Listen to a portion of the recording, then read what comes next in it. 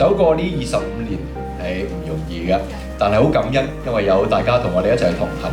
由開始我哋有總幹事啦，就代表住一切都係有規有矩有規劃。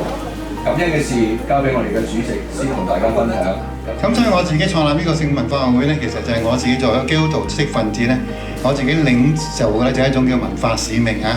所以溝通都係好中意同後生仔接觸嘅，我話歡迎佢同我聯絡啦。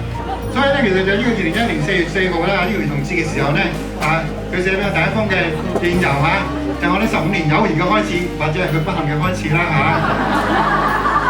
但係有時我咁諗啦，what if 假如啊，假如我每個基督教會講到咧，咁你哋今日就唔會坐喺度啦。所以呢世嘅巧合有相信都係神嘅帶領嚇，你自己攞嚟係一個榮耀嘅當時，係一個好偉大嘅挑戰啊！頭先聽見係文所講，即係上帝有好多嘅神蹟奇事，一步一步安排安然喺呢個嘅服事嘅裏邊。無論係我哋嘅上帝嘅 presence、神嘅 promise 同埋我哋嘅 proclamation， 願意上帝祝福你哋服事。好，我將時間咧交俾院長。喺承擔咗成為總幹事之後，你係屬於耶和華嘅，即係你所做嘅係向前。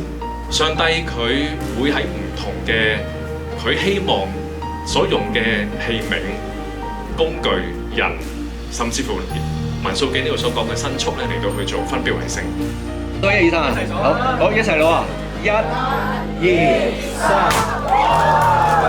3，我哋一齊按手為安然祈禱。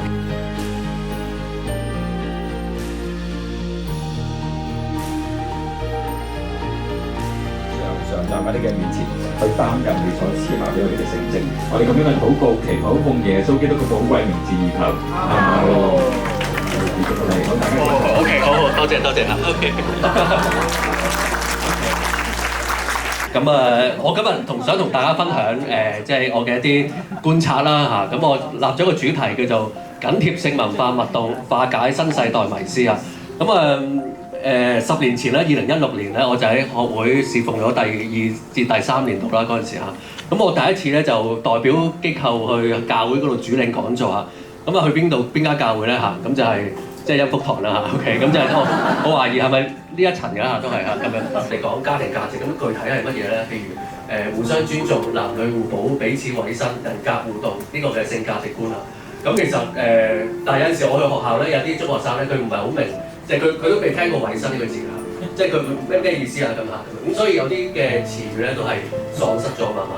咁而我哋機構咧做緊啲乜嘢咧？就係中間嗰條線嗰度做嘅，希望可以拉近個距離嚇，即係神嘅説話同埋群眾之間嘅距離唔好咁遠啦嚇。咁有兩個方法做，第一個方法咧就係一啲論述嘅改良，即係點樣去講得好啲，點樣去將上帝嘅説話用時代聽得明嘅語言去同佢哋講咧。咁有陣時我哋從學術嘅角度去睇科學啦、心理學啦、哲學啦咁但係有陣時咧，有啲人都會話咁淨係講理論咁都好聽唔明嘅喎咁樣。咁所以我哋同一時間咧有一個工具嘅改良就係咧即係希望可以將呢啲比較深嘅嘢咧，可以變咗做即係要緊貼個潮流，用一啲古仔嘅方法，有啲活動去帶出嚟啊。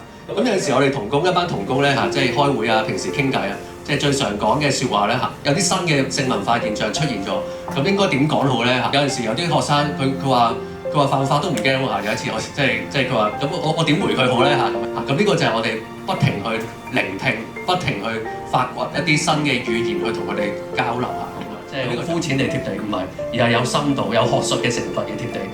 另一個角度就係學術，但係又唔係冰冷嘅又唔係喺象牙塔嘅，我哋係有溫度嘅所以其實出邊個社會就係用故事嘅方法咁所以我哋睇到其實故事都係好重要。咁所以咧，其實我哋就係科學即係再撈埋敘事啦或者我哋夾敘夾議即係哲學再加故事咁呢啲都係我哋嘅方向啦咁我上個月咧就去咗一間中學分享咁呢個老師咧就夜晚9點鐘咧就 WhatsApp 咗我呢一段嘢咁佢就話啦，即係多謝你啲同事學生好大讚你信息清晰講解生動如果有機會啲專業發展人咧都想邀請你同啲同事分享有關議題。